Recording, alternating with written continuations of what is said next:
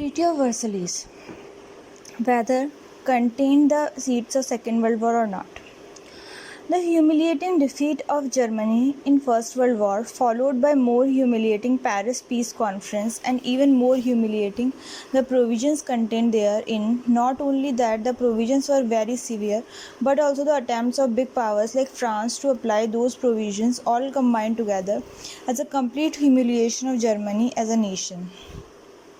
The immediate response was huge protests back home, widespread killing of such German leaders who were believed to be responsible for the plight and agony of the Germany. The seeds of the Second World War were very much contained in the anger, disappointment, and frustration of Germans lived within or outside Germany. Germany was dispossessed of all her territorial possessions, deprived of her colonies as well as her trade and commercial privileges. Over and above, she was forced to commit payment of a huge war compensation to the big powers. Loss of her territory also meant loss of some of 6 millions of her people as well as some of her richest mineral deposits. She was also forced to grant economic privileges to the bigger power without any reciprocation.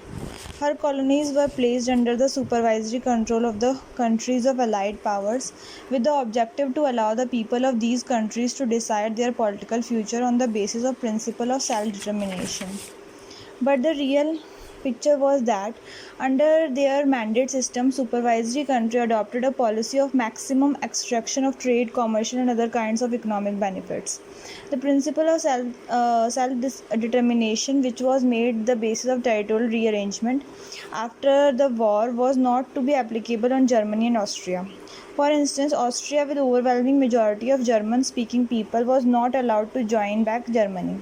Similarly, the policy of disarmament, under which severe restrictions were placed upon military strength of the defeated countries, and although there was a clause in the Treaty of Versailles that the similar disarmament would be applicable to the big powers also, the latter was never followed, and so this policy also witnessed selective application.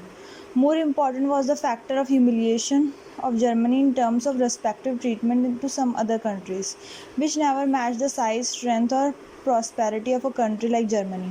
So, therefore, creating a police corridor, for example, through partitioning the most prestigious German state called Prussia, was one of such acts, which the Germans could never have compromised for.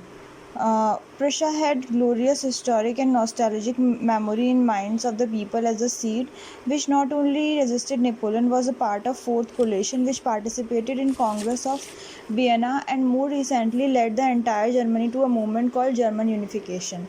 Apart from this, the ethnic and racial superiority, which had only remained an integral part of Germany upbringing, also got badly hurt. Because Germany in 1990, in the face of a crushing defeat at the hands of the big powers, could not afford to react immediately to such huge losses and humiliation, it was amply clear that it would not only wait for the time where things would improve for the particular economic and military and also arrival of an able leader in near future. All such things got combined in the form of Adolf Hitler and in conditions which prevailed in Germany in 1930s. Eventually, Adolf Hitler single-handedly taking the entire Europe to Second World War in 1939 testifies the fact that the seeds of the Second World War were actually contained in the Treaty of Versailles.